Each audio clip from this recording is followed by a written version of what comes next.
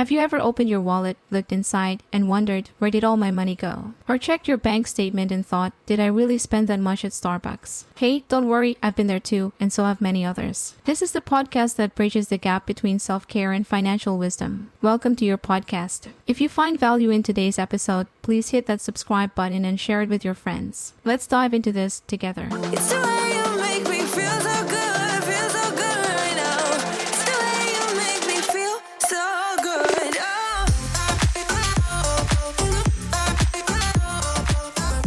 Do you remember that feeling when you first started earning? For me, it was exhilarating. I remember getting my first paycheck, a crisp note in my hand, and that feeling of independence. But with great power comes great responsibility. Like the time I splurged on that super fancy pair of shoes I saw online. They were gorgeous, but did I need them? Not really. And did I regret it later? Absolutely. Money, just like our time and energy, is finite. But here's the twist: your financial health and self-care are intertwined more than you might think. Financial self-care is the practice of managing our finances in a way that supports our overall well-being. It's about understanding your relationship with money and finding a balance between saving, spending, and investing. Welcome to Self-Care and Hustle Podcast, where your journey to becoming your best version begins. If you're ready to live your best life and find your inner peace, you've come to the right place, giving you insights on all life tips and purpose-driven actions to move you from where you are now to where you want to go. You can do this. This is me,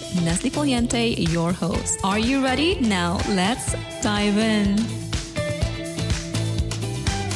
According to a 2019 survey by the American Psychological Association, 60% of Americans cited money as a significant source of stress. That's huge. Imagine having a constant nagging feeling, like that pesky neighbor who just won't leave you alone. That's what financial stress feels like. But here's the good news, it's manageable. Living paycheck to paycheck, we've all heard it, maybe even lived it. You're counting down the days till your next payday because your funds are running low. The impulse buy regret, remember that story about my fancy shoes. That's a classic case. You see it, you like it, you buy it. But then reality hits. The debt mountain, whether it's student loans, credit card bills, or a mortgage, debts can feel like a mountain you can't scale. The I'll start saving tomorrow syndrome, procrastination, the thief of time, and in this case, money. Tip 1, budgeting is your bestie. It's not about depriving yourself. It's about understanding where your money goes. Start by tracking every penny for a month. There are great apps like Mint and YNAB that can help. Tip 2, emergency fund. Life is unpredictable. Having 3 to 6 months worth of expenses saved can be a lifesaver during unexpected situations. Tip 3, mindful spending. Before buying, ask yourself, do I need this? Why do I want this? Can I afford this? Tip 4, educate yourself. Dive into personal finance books. Knowledge is power. The Total Money Makeover by Dave Ramsey or Broke Millennial by Aaron Lowry are great starts. Tip 5, avoid debt or use debt strategically. If possible, try to live within your means. If you're already in debt, make a plan to get out of it. Compounding interest on debt is not your friend.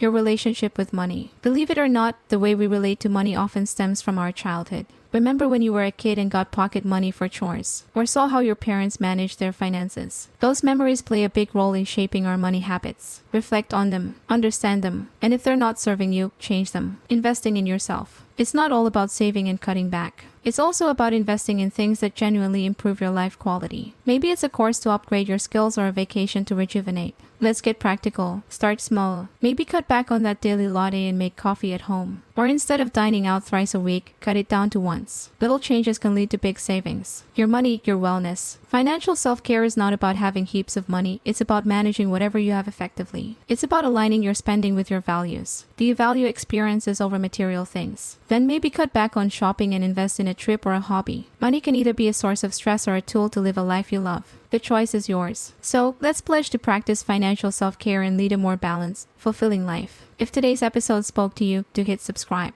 Share your financial self-care stories with us. Until next time, remember to invest in you. Because you, my friend, are worth every penny. I was worried you blow my reputation, but I figured it's not on me. Yeah. The way you're making me shiver, your hands on myself, I keep pulling the trigger right. This very finger for people like them. Oh no. Well, darling, on my mind, I'm feeling so fly up in the zone now. I'm like a golden crown, whirling high up in the sky. Oh, it's the way you make me feel so good right now. It's the way you make me feel so good. Oh. Thanks for listening to this episode. I hope you enjoyed our deep dive into all the tips you can use to becoming your best self. To catch all the latest from me, follow me on Instagram and support me by considering buying me a coffee. Link is in the description. And make sure to chill out, listen to your favorite music, and drink your water. See you in my next episode.